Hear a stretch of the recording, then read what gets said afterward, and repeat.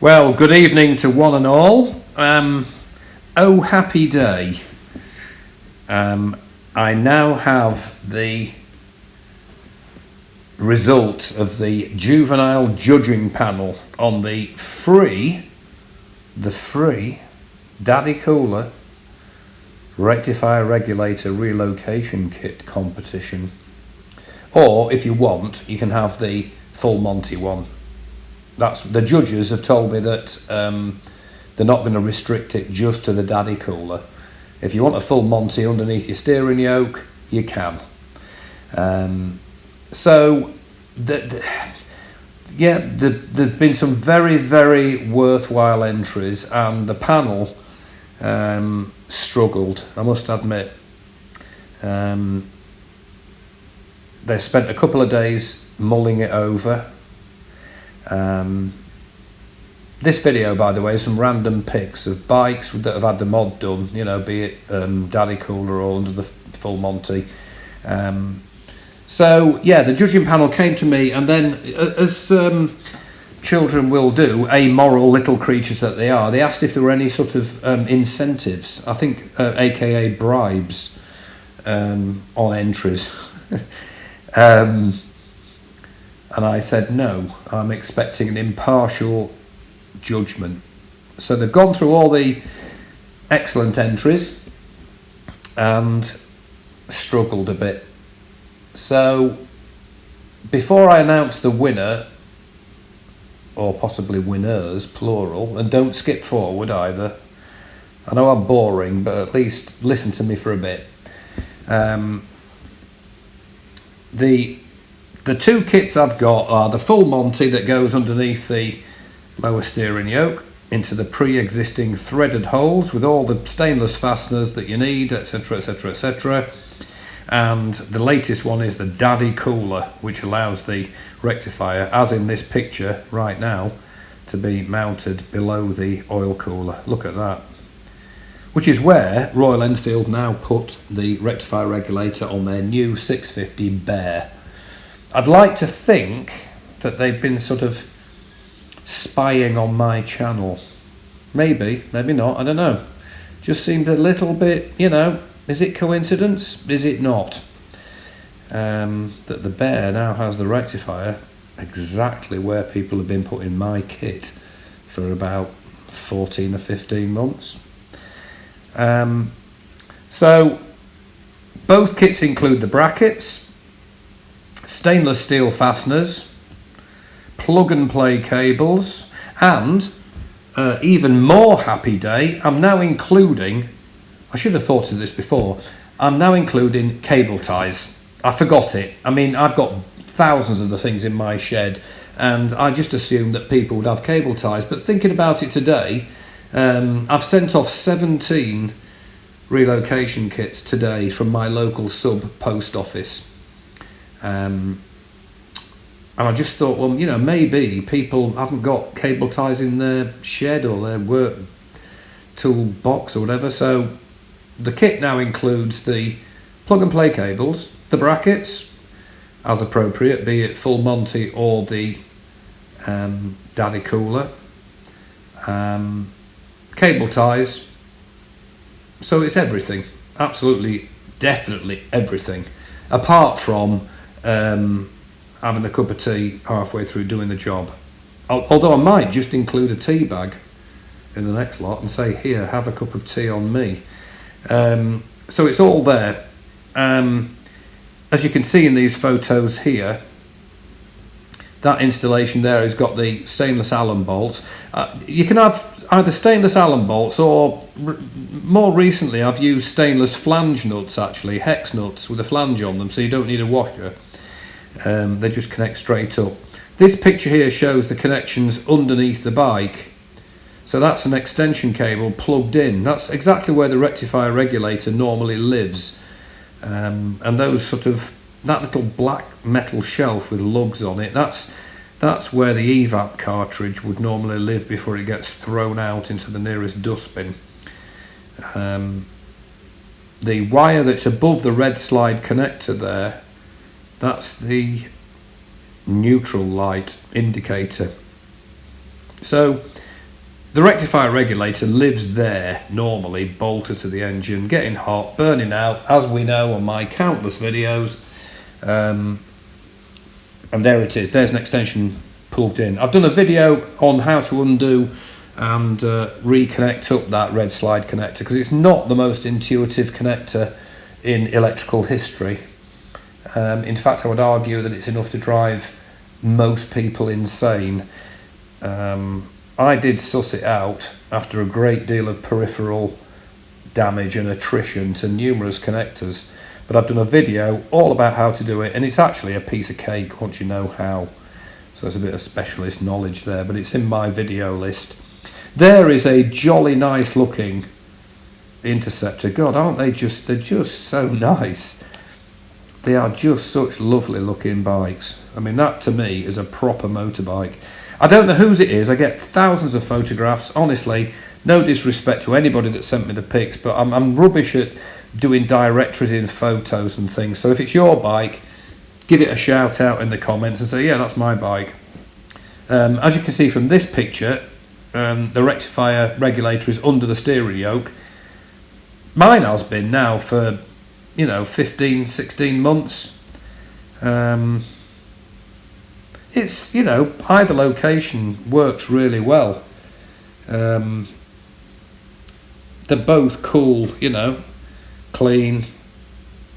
And so far, touch wood, I've had no reports of any failures of the rectifier regulators after relocation. And that is after several hundreds have gone out. I do know that the industrial spies are out there watching this video. Hello, I'm sure you're watching. Yeah, I said several hundreds. Yeah. I'm not being paranoid, but I do know that predatory retailers are out there pouncing my ideas off me. This one here is the rectifier under the lower steering yoke. As you can see, it's unobtrusive. One owner described his bike as now having a moustache, which is slightly reminiscent of an infamous World War II leader in terms of moustaches. That one's under the steering yoke. Now, people have said, oh, don't the wires fray, or, they don't, they really don't. Mine have got no attrition whatsoever. I mean, if I really felt that they were, I'd move it to under the oil cooler, but there's no damage to them whatsoever. They're on mine, and my good friend Len, who was an early adopter of this idea, he's done 10,000 miles on his bike with his rectifier underneath. So this next photo shows the Daddy Cooler Mark 1. Simple brackets that allow relocation to under the oil cooler. But I now coat the brackets with black PJ1 case paint. So they're not noticeable particularly anyway, but they now arrive resplendent in PJ1. So they're completely invisible, really. And they're using those two brackets, the holes at the top there are using threaded holes on the oil cooler. So I supply slightly longer stainless steel Allen bolts, which is an improvement on Royal Enfield's bolts, because they're not stainless steel and they all start looking manky after about 2 years on the entire bike, in my experience. I've done the whole lot and did a video about that, Operation Stainless Steel. Replaced every single fastener with stainless steel. What a difference. Costs about 200 quid in bolts, but worth it in my opinion. Anyway, I digress. Look at that. There it is. That's the Daddy Cooler in position, thanks to John McN, who sent me those pics. So that's what it can do. So here we go. Now, I'm now going to announce the winners according to the judging panel. It's been so difficult, really, truly. And call me an idiot. The R&D department here at Slick Enterprises, I'm infamous amongst the people in the lab for being a tightwad. And they say to me, you're not generous enough, and you do not recompense us enough. They're full of resentment, all of them, but they did develop these ideas, so I can't sack them. And what they've said is, you know, one winner's not enough. You know, I fell over, had a cardiac arrest. What? But I think on reflection they're right. So, call me overly generous. I know they're gesticulating now. They're working on something else for Royal Enfields. They're just gesticulating from the R&D department now. They know what I'm doing. Yeah, okay, lads. Yeah, I'm going to do it. They've said we need 3 winners. 3 winners. Yeah. So that's what it's going to be. I'm going to do 3 winners. Now, I don't know where people are in the world. All I know is what the entries say and what our judging panel has deemed to be the best. So once I reassured them, or assured them that there were no bribes, nothing in it for them, I said that we need a decent, impartial judgment. They did struggle. So it's 3 winners, everybody, okay? I can't believe I'm saying this. There's a round of applause going out. Yeah, there we are. Yeah, outside at the R&D department, they'll now give me a round of applause. Yeah, 3 winners, okay? So if you recognise your comment on these video stills here, all you've got to do is email me. My email address is in the video description as usual. Remind me of your details. Oh, I hope there's not too many in Australia, please. It's going to cost me a fortune. Remind me of your address and I will send you a Daddy Cooler or a Full Monty kit free. I can't believe I'm doing this. 3 of them. So there you have it.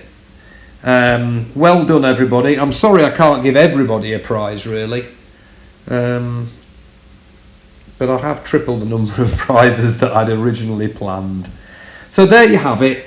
Thanks for listening to my seemingly interminable waffle. I'm getting a cheer from the people in the R&D department now. They're working late. It's actually 6:15 here, pitch black, and they're out there developing new ideas for the Royal Enfields. God bless them. So drop me an email or put it in the comments, claim your identity, and I will send you a kit. What more can I say? In the meantime, take care, everybody. Watch it if you're on your bikes, as I was today. The usual. You know, somebody pulls out. Same old thing every time I go out. Thank God it wasn't a deer. That's all I can say. And I will post again very soon. Bye for now. Well, here's a PS, everybody. I finished that video and uploaded it, and then I had a visitation from the judging panel who came knocking at my front door at 10 to 7 when they should have been in bed or wearing pyjamas and having cups of cocoa. Anyway, they're knocking at my door to say that they had omitted to include what they felt was a very, very commendable entry. And I explained to them, I said, I've just uploaded the video, it's all done, it's all dusted. There were sort of lower lips trembling, looking like they were going to cry. So I've just added this postscript. And yes, look at this comment. I've not looked at them. They did the judging. I've not scrolled through them. That is a really, really worthy entry. So, well, yeah, it's now 4 prizes. Heavens above. The R&D department are still out there burning the midnight oil. I'll make them use candles because electricity costs so much. They're out there shivering away, a bit like Bob Cratchit in Scrooge, you know, warming their hands over a candle, developing wonderful ideas. So there it is. So claim your identity, the person who sent this comment, which I think is very, very good too. This has been a rather expensive process for me here in the upper echelons of management of Slick Enterprises, but there you go, that's the price of greatness. And I'm just motioning the R&D people to go back into the lab and get on with it, because they're wandering about having a break, which is ridiculous. So there you go, claim your identity on this one. That's a prize too. So it's 4 prizes now. I must be mad. I'll speak to you soon. Bye for now.